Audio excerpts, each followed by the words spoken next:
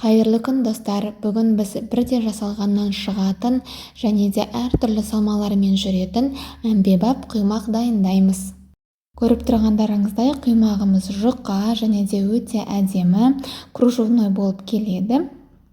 Құймақтың жасалу жолы оңай әрі қолжетімді заттармен жасалады. Міндетті түрде жасап көріңіздер, рецепті толығымен қарап, менің арнама тіркелуді ұмытпаңыздар. Бізге керек заттар: жұмыртқа, тұз, сүт, қант, шемішкенің майы және де ұн.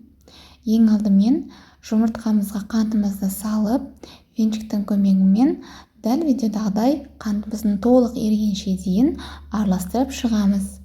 Міндетті түрде барлық заттарыңыз бөлме температурасында болуы керек. Неде бізге өте ыстық қайнаған су керек болады, оны видеоның соңында сізге айта жатармын. Енді тұзымызды саламыз және тұзымыз толығымен ерігенше дейін тағы да венчиктің көмегімен араластырып аламыз. Ендігі кезекте жылы сүтпен ұнды чередовать етіп, кезек-кезегімен осылай массамызға сала отыра айландырып араластырып шығасыздар. Егер сізде венчик болмаса, шаңғышқаның көмегімен осылай массамыздың бір түйіршік қалдырмай осылай араластырып айландырып шығамыз. Бұл құймақтың ерекшелігі, сіз құймаққа ас содасын немесе де қамыр қопсытқышын салмасаңыз да өте әдемі және де кружевной болып шығады. Дәмі өте ерекше болады. Міндетті түрде осы рецептпен, осы жолмен жасап көріңіздер. Дәл видеоғыдай көргендеріңіздей этап-этапымен жасауыңыз керек. Ендігі кезекте қайнаған ыстық суымызды массамызға аздап құйып араластырып отырамыз. Барлық заттарды тура рецептегідей өлшеп алыңыздар, сондай тура менікі секілді масса сіздерде де шығады. Енді соңында осылай шемішкен майын құйып, толығымен бір масса қылып аламын. Енді көріп тұрғандарыңыздай, менде қаймақ тәріздес масса болып шықты. Егер де массаңыз сәл қоюлау немесе сәл сұйықтау болса, сұйықтық немесе де ұнды қосып тағы да осындай массаға дейін келтірсеңіздер болады.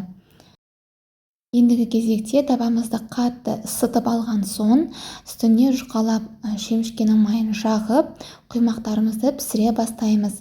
Шемішкенің майы сол бірінші құймаққа ғана керек, қалған құймақтар өздері жақсы пісетін болады. Көріп тұрғандарыңыздай, бұл қамырмен жұмыс істеу әркімнің де қолынан келеді, өте оңай. Және міндетті түрде піскен құймақтарымыздың үстінен май жағып отырыңыздар. Бұл қамырдың әмбебаптылығы соншалықты әртүрлі салмаларға келе береді. Егер де сізге салмаңыз тәтті болмаса, сіз қантын 2 есе азайтасыз. Ал егер де сіздің салмаңыз тәтті болса, осы күйінде қанттың мөлшерін қалдыра беруіңіз керек. Дәл осы видеода көріп тұрғандарыңыздай, мен 2 порция құймақ дайындадым. 24 диаметрлік табақта 30 штук құймақ шықты. Міне дәл видеодағыдай осындай кружевной әдемі құймақтар шығатын болады. Егер де сіздер 1 порция жасайтын болсаңыздар, сіздерде 15 штук 24 диаметрлік құймақ шығуы керек. Егер де менің рецептім сізге ұнап жатса, қазақша контентті қолдау мақсатында маған лайк басып, комментарий жазып, арнама тіркелуді ұмытпаңыз. Ас болсын!